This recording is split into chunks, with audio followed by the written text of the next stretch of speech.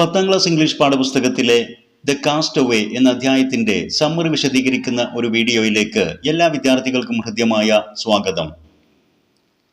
The word cast away means a person escaped from a boat accident or a shipwreck. ഒരു കപ്പൽ അപകടത്തിൽ നിന്ന് അല്ലെങ്കിൽ ബോട്ട് തകർച്ചയിൽ നിന്ന് രക്ഷപ്പെട്ട് തീരത്തണഞ്ഞ വ്യക്തി എന്നാണ് കാസ്റ്റ് അവേ എന്ന പദത്തിന്റെ അർത്ഥം. The Cast Away by Rabindranath Tagore. One evening, heavy rain and storm raged with thunderbolts and lightning. ഒരു ദിവസം വൈകുന്നേരം ശക്തമായ കാറ്റും മഴയും ഇടിയും മിന്നലും സംഹാര താണ്ഡവമാടി. It was like a battle between gods and devils. ദേവന്മാരും പിശാചുക്കളും തമ്മിലുള്ള ഒരു ഘോര സംഘട്ടനം പോലെയായിരുന്നു അത്. The river Ganges overflowed furiously. Ganga നദി ഭീകരമാം വിധം കരകവിഞ്ഞൊഴുകി.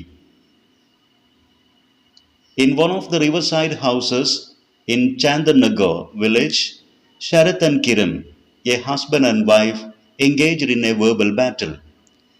ഇതേ സമയത്ത് ചന്ദർനഗരി ഗ്രാമത്തിലെ നദിക്കരയിലുള്ള ഒരു വീട്ടിൽ ശരത് ആൻഡ് കിരൺ എന്നീ ഭാര്യ ഭർത്താക്കന്മാർ അവർക്കിടയിൽ ശക്തമായ ഒരു വാക് പോരാട്ടം ഉണ്ടായി. Verbal battle. അങ്ങോട്ടും ഇങ്ങോട്ടുമുള്ള ശകാരവർഷങ്ങൾ, വാക് പോരാട്ടം. Kiran had seriously fallen ill and all villagers advised her husband Sharath and mother in law to send her to her house for a change.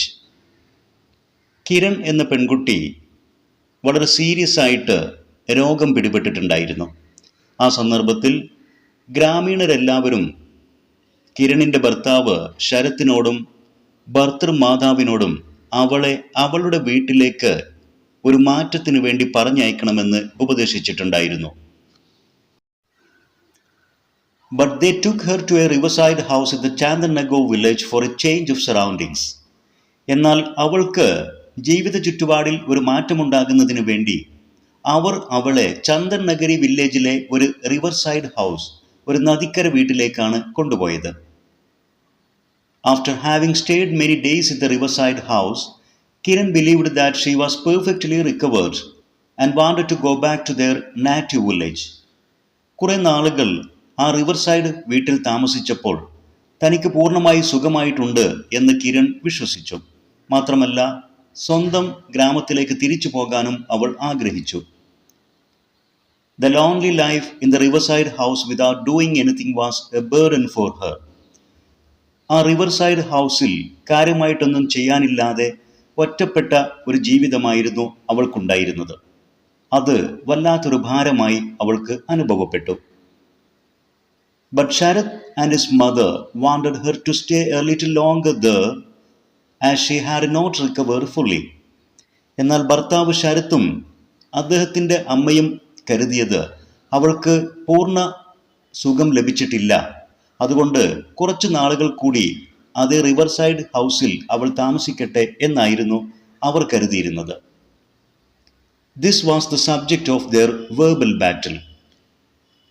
കിരണും ശരത്തും തമ്മിലുണ്ടായ വേർബൽ ബാറ്റിൽ, ആ വാക്ക് തർക്കത്തിന്റെ വിഷയം ഇതായിരുന്നു.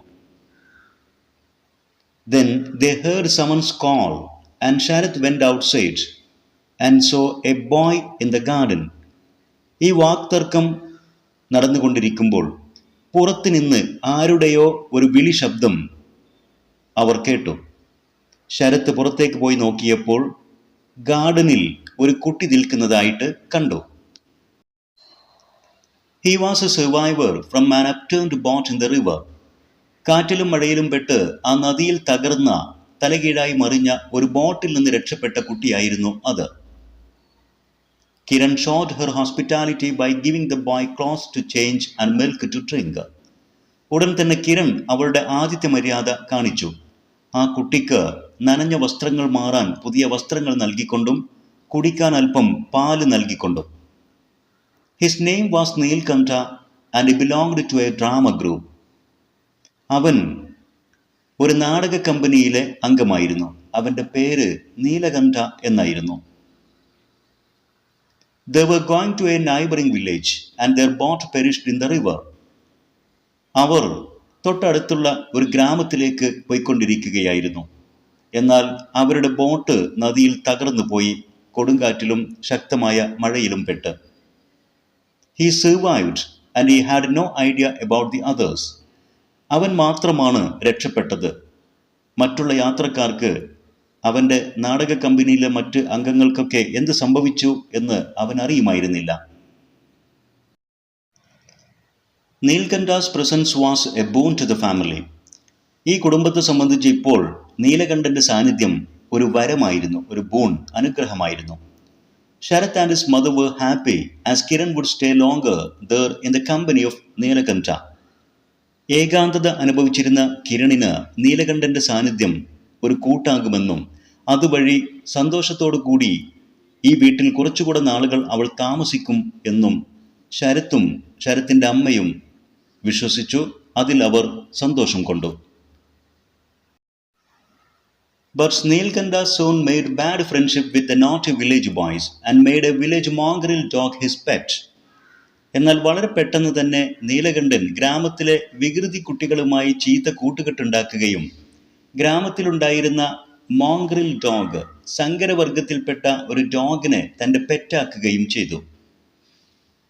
He and his friends made all mischief, and Sharath and his mother wished for his departure from the house. അവനും അവൻ്റെ കൂട്ടാളികളും എല്ലാ വികൃതി തരങ്ങളും ഒപ്പിച്ചു. ശരത്തും അവൻ്റെ അമ്മയും അവൻ എത്രയും പെട്ടെന്ന് ഈ വീട്ടിൽ നിന്ന് പോയി കിട്ടിയെങ്കിൽ എന്ന് ആഗ്രഹിച്ചു. Neelkantha performed various theatrical performances to entertain Kiran, and she enjoyed his company. എന്നാൽ നീലകണ്ഠൻ താൻ പഠിച്ചു വച്ചിരുന്ന ചില കലാപ്രകടനങ്ങൾ, തിയേറ്ററിക്കൽ പെർഫോമൻസസ്, കിരണിന് മുമ്പിൽ അവതരിപ്പിച്ച് അവളെ സന്തോഷിപ്പിച്ചു. അതുവഴി കിരൺ അവനുമായിട്ടുള്ള ചങ്ങാത്തം വളരെയധികം ആസ്വദിക്കുകയും ചെയ്തു. Neelkantha was also very happy as he got motherly and sisterly love and care from Kiran. നീലകണ്ഠനും വളരെയധികം ഹാപ്പിയായിരുന്നു. കാരണം കിരണിൽ നിന്ന് ഒരമ്മയുടെയും സഹോദരിയുടെയും സ്നേഹവും കരുതലും അവനും ലഭിച്ചിരുന്നു. She supported all his naughtiness while Sharath opposed him and punished him. Kiran അവൻ്റെ എല്ലാ വികൃതി തരങ്ങളെയും അനുകൂലിച്ചു, അതിനെ സപ്പോർട്ട് ചെയ്തു. എന്നാൽ ശരത്ത് അവനുമായി എപ്പോഴും വഴക്കുണ്ടാക്കുകയും അവനെ ശിക്ഷിക്കുകയും ചെയ്യുമായിരുന്നു. Meanwhile, Sharath's younger brother Sadish came there to spend his vacation. ഇതിനിടക്കാണ് ശരത്തിൻ്റെ ഇളയ സഹോദരൻ സതീഷ് അവൻ്റെ വെക്കേഷൻ ചെലവഴിക്കുന്നതിൻ്റെ ഭാഗമായി ഇതേ റിവർ സൈഡ് ഹൗസിൽ എത്തിയത്. Kiran and Sadish were of the same age and they engaged all the time in merry-making with peals of laughter. കിരണും സതീഷും സമപ്രായക്കാരായിരുന്നു. അവരെല്ലാ സമയത്തും പൊട്ടിച്ചിരിച്ചുകൊണ്ട് ആഹ്ലാദിച്ചുകൊണ്ട് വിനോദങ്ങളിൽ ഏർപ്പെട്ടു. Neelkantha felt that Kiran ignored him and this thought made him angry. ഇതെല്ലാം കണ്ട് നീലകണ്ഠന് കിരൺ തന്നെ അവഗണിക്കുന്നു എന്ന തോന്നലുണ്ടായി. ഈ തോന്നൽ അവന് വല്ലാതെ ദേഷ്യം പിടിപ്പിച്ചു. He wanted to take revenge upon Sadish, so he took Sadish's favorite inkstand to throw into the river. സതീഷിനോട് പ്രതികാരം ചെയ്യണമെന്ന് നീലകണ്ഠൻ ആഗ്രഹിച്ചു. അതിനുവേണ്ടി സതീഷിൻ്റെ ഏറ്റവും ഇഷ്ടപ്പെട്ട ഇങ്ക് സ്റ്റാൻഡ് എടുത്ത് നദിയിലെറിയാൻ വേണ്ടി അവൻ ഒളിപ്പിച്ചു വെച്ചു. Satheesh quarreled with Neelkantha over his missing inkstand and called him thief. തൻ്റെ കാണാതായ ഇങ്ക് സ്റ്റാൻഡിൻ്റെ പേരിൽ സതീഷും നീലകണ്ഠനും തമ്മിൽ വാക്കേറ്റമുണ്ടായി. സതീഷ് നീലകണ്ഠനെ കള്ളനെന്ന് വിളിച്ചു. This incident pained both Kiran and Neelkantha. ഈ സംഭവം നീലകണ്ഠനെയും കിരണിനെയും വല്ലാതെ വേദനിപ്പിച്ചു. Finally, the family decided to return to their native village. അവസാനം ആ കുടുംബം അവരുടെ സ്വന്തം ഗ്രാമത്തിലേക്ക് തിരിച്ചു പോകാനുള്ള തീരുമാനമെടുത്തു. Kiran wanted to take Neelkanta with them, but all others opposed. നീലകണ്ഠനെ കൂടെ കൊണ്ടുപോകണമെന്ന് കിരണിന് ആഗ്രഹമുണ്ടായിരുന്നു. പക്ഷെ മറ്റെല്ലാവരും അതിനെ എതിർത്തു. Kiran wanted to give him some surprise gifts because they were returning to their native village without taking Neelkanta with them. നീലകണ്ഠന് ചില surprise gifts, അവൻ അത്ഭുതപ്പെടുത്തുന്ന ചില സമ്മാനങ്ങൾ നൽകണമെന്ന് കിരൺ ആഗ്രഹിച്ചു. കാരണം അവനെ കൂടെ കൊണ്ടുപോകാതെയാണ് അവർ അവരുടെ സ്വന്തം ഗ്രാമത്തിലേക്ക് തിരിച്ചു പോകുന്നത്. She opened his box to place the surprise gifts and she saw Satish's missing inkstand in it. ആ സർപ്രൈസ് ഗിഫ്റ്റുകൾ വെക്കുന്നതിന് വേണ്ടി നീലകണ്ഠന്റെ പെട്ടി കിരൺ തുറന്നു. അപ്പോഴാണ് സതീഷിന്റെ കാണാതായ ഇങ്ക് സ്റ്റാൻഡ് ആ പെട്ടിക്കകത്ത് അവൾ കണ്ടത്. She sat puzzled for a while, not knowing what to do.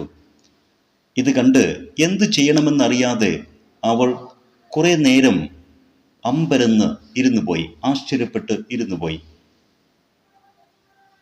Meanwhile, Neelkanta came there and saw Kiran sitting in his room holding the inkstand.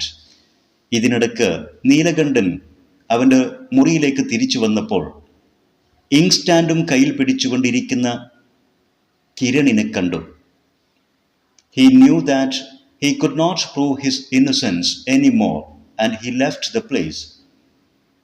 ഇത് കണ്ട് അവന് മനസ്സിലായി, തന്നെ ഒരു കള്ളനായിട്ട് തന്നെ കിരണും മനസ്സിലാക്കും, തൻ്റെ നിഷ്കളങ്കത ഇനി തെളിയിക്കാൻ കഴിയില്ല എന്ന് ബോധ്യപ്പെട്ട് ആരും അറിയാതെ അവൻ ആ സ്ഥലം വിട്ടു. Since then he was nowhere to be found. അതിനുശേഷം പിന്നെ അവനെ ആരും എവിടെയും കണ്ടിട്ടില്ല. ഇത്രയുമാണ് ദ കാസ്റ്റ്അവേ എന്ന അധ്യായത്തിൻ്റെ സമ്മറി. ഇവിടെ വിശദീകരിച്ച കാര്യങ്ങൾ ഈ കഥയിൽ നിന്നുള്ള പ്രധാന സംഭവങ്ങളെ ഓർത്തെടുക്കാൻ വിദ്യാർത്ഥികൾക്ക് സഹായകരമാകും. അതുവഴി ദ കാസ്റ്റ്അവേ എന്ന അധ്യായവുമായി ബന്ധപ്പെട്ട വിവിധങ്ങളായിട്ടുള്ള ഡിസ്കോഴ്സുകൾ പരീക്ഷയ്ക്ക് വേണ്ടി തയ്യാറാക്കുന്നതിനും വിദ്യാർത്ഥികൾക്ക് ഉപകാരപ്പെടും. നിങ്ങളുടെ അഭിപ്രായങ്ങളും നിർദ്ദേശങ്ങളും സംശയങ്ങളും കമൻറ്റ് ചെയ്യുക.